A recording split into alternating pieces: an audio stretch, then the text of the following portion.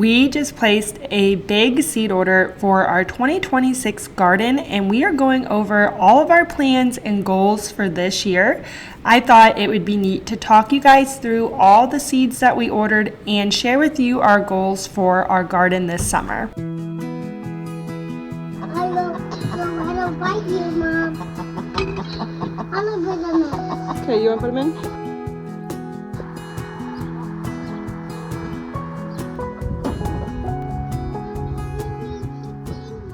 We have been enjoying some really warm weather late February, early March so far. And after a long winter, this chicken coop needs some serious attention. Finally, this week, I'm able to get out there and everything isn't frozen anymore, so I can really give it a good cleaning. That is one of the big things that I have to get done this week. Get all of the old bedding out. Over the winter time, we actually use our chickens to build some compost, so we just continue to add more shavings into the coop. But now I am taking the time to get rid of all of the old shavings and manure. I'm going to take that load out to the garden to put it on our compost pile, and I'm going to give the chickens some fresh bedding. Now that the weather is warmer, they're spending more time outside and less time in their coop. So this week was the perfect time to refresh their bedding, give them a nice clean space inside, and get some compost out to our garden.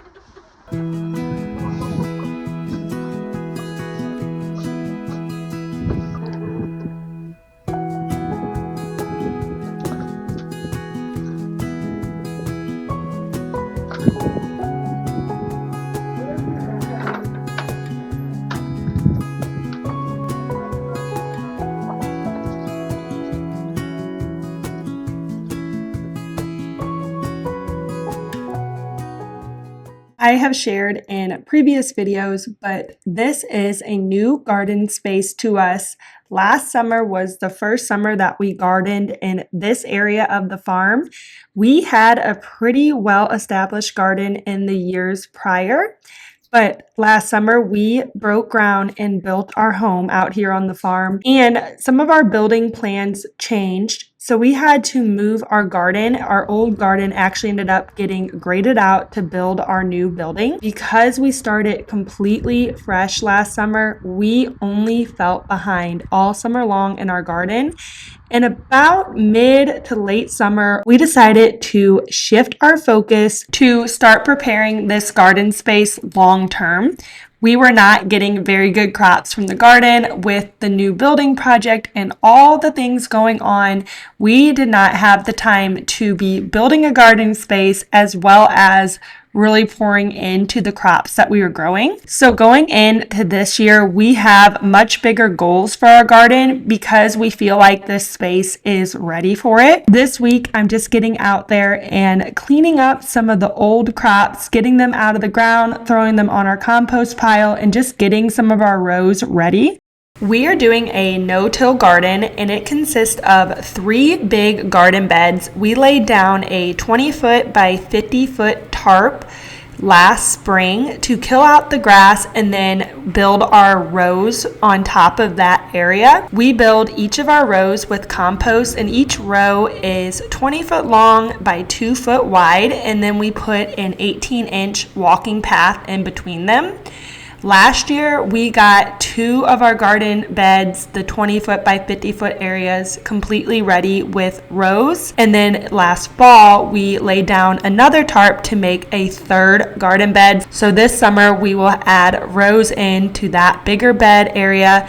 And we also want to get mulch to mulch all of our walking paths. Building a garden is certainly a long-term thing, and to get your area right, it takes time. So we're really hopeful with all our efforts that we put in last summer, we can grow a pretty good garden this coming summer. We just got our big seed order from Johnny Select Seeds, and we sat down and kind of mapped out our plans for the garden this year. Our goal is to grow a lot of fresh in-season vegetables, but also enough storage crops and easy to preserve crops as well to get us through the winter months. We also want to incorporate a lot of flowers into our garden, so I'm excited to share with you guys our seed haul, and we're looking forward to spring and getting this garden going.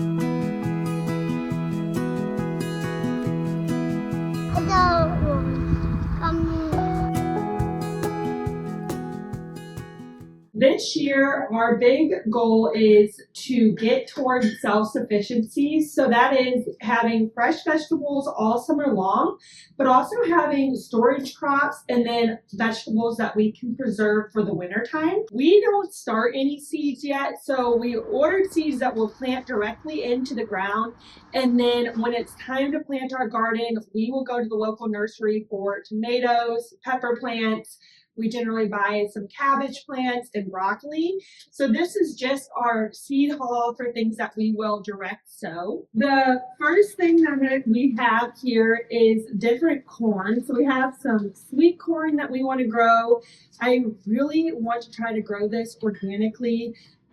We can buy sweet corn at the farmer's market during sweet corn season. We have family members that grow it. But it's important to me that it's non-GMO and organically grown. So we're going to try to do that in our garden this year. In the past, we have had trouble with raccoons or deer getting into it. So we haven't had that great of a sweet corn crop yet. So hopefully this year we can kind of stay on it. Something that we grew last year was dry corn. So we have some what they call Bloody Butcher and then some organic bicolor corn. So this will be corn that we will be able to store dry and then grind it and make cornbread or different cornmeal recipes out of it. I did a little bit of that last fall. We didn't have a great harvest last year. But we're going to try it again this year and hopefully have a better harvest and have some corn that we'll be able to store away. The next thing I'm going to show you is our storage crops.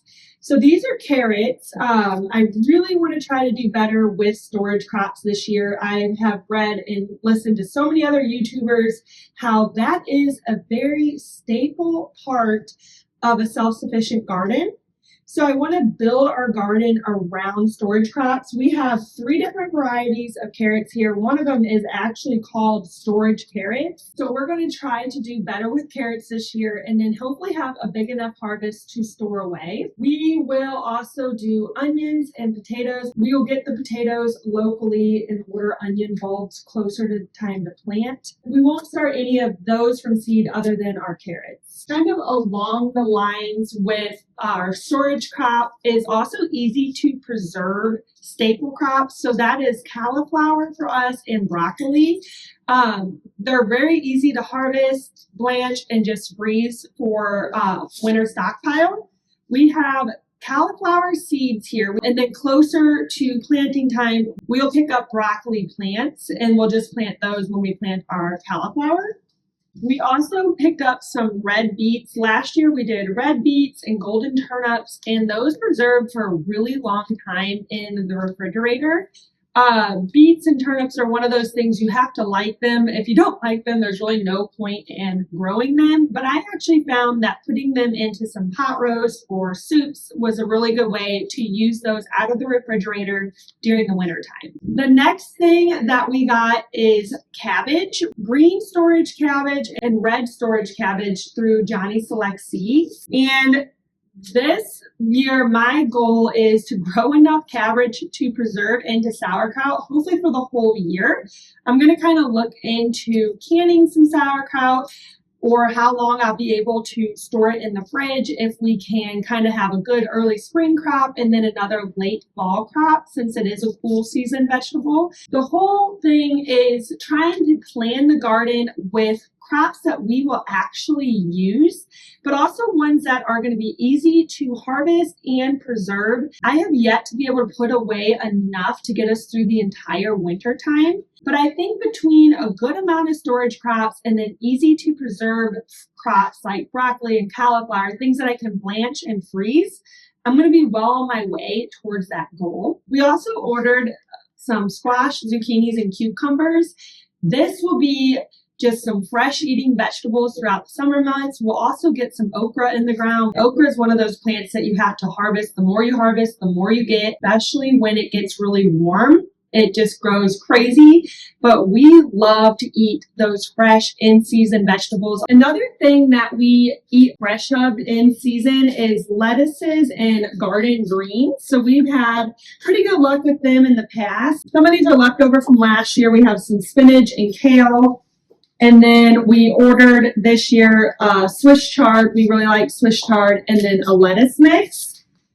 These are cool season crops, so they'll be one of the first things that we get in the ground this spring, and then we'll be able to also plant more this coming fall. Obviously, we're going to do a lot of tomatoes. We always do a lot of tomatoes, and peppers. Peppers are great for fresh in season. My big goal with tomatoes this year is try to do better on canning. I would love to have a shelf in my pantry dedicated towards all of our sauces and tomato products. I want to try to make my own ketchup this year. I want to try to make a barbecue sauce. I would also like to have a good supply of pasta sauce, marinara sauce, and then some canned diced tomatoes to use for soups and chilies throughout the year. One other thing I'm going to try this year is some sort of herb garden right outside of my kitchen door here. I did a little bit of this in the past when we lived in our rental house. I had some big protein tubs that were left over from the cattle, and I put some fresh eating herbs in them. I found it really handy to have those right by the kitchen because I could be in the middle of the meal and say, oh, parsley would go so good with this meal. So I could step right outside and get it. Before, when we had it just in the garden, I would have to harvest it, have it in the refrigerator ready. And a lot of times the herbs would go bad before I get a chance to use them. So I'm looking into a few different raised bed options. I would also like to try to start seeds for that, just to experiment with some seed starting. I don't know for sure what all will get done. It might just be big tubs again with plants from the local nursery. One way or the other, I do plan to have some herbs right outside my kitchen door. The last part of our garden is kind of my part of the garden. My husband does most of the vegetables and the planning with how to do all that. I love having flowers in the garden. I keep it very simple because I don't have a whole lot of extra time to spend in the garden. So my flowers consist of sunflowers and zinnias, and then I'll also get some cosmos seeds. Those three are just the easiest flowers to grow. You can neglect them for a long time and they'll still grow, still produce. The more you cut them, the more they come. I want to show you guys my favorite part of the garden. And this is something that my husband had gotten before, and it turned in to be my favorite thing. It is a summer pollinator blend by Green Cover Crops.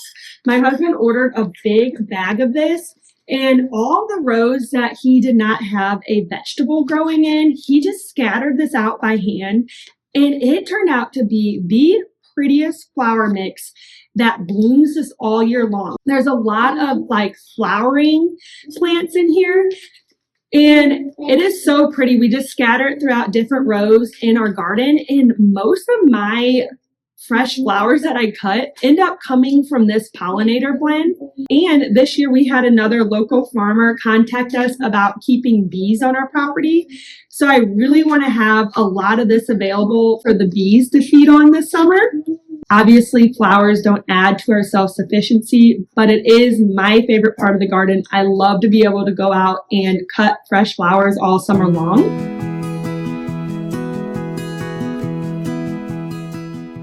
We are so eager to get out there this spring and start building our garden, getting plants in the ground, and working towards that goal of self-sufficiency. We have more plans for the future. We would love to put an orchard in someday. I would like to have a whole area of raised beds for flowers, but we wanted to set very achievable and reachable goals for this summer based on what we have been able to do with our garden space in the past and where we hope to take it in the future. I look forward to sharing all of this summer with you guys every step of the way. Thanks so much for watching, and I hope you enjoyed learning about our goals for 2026.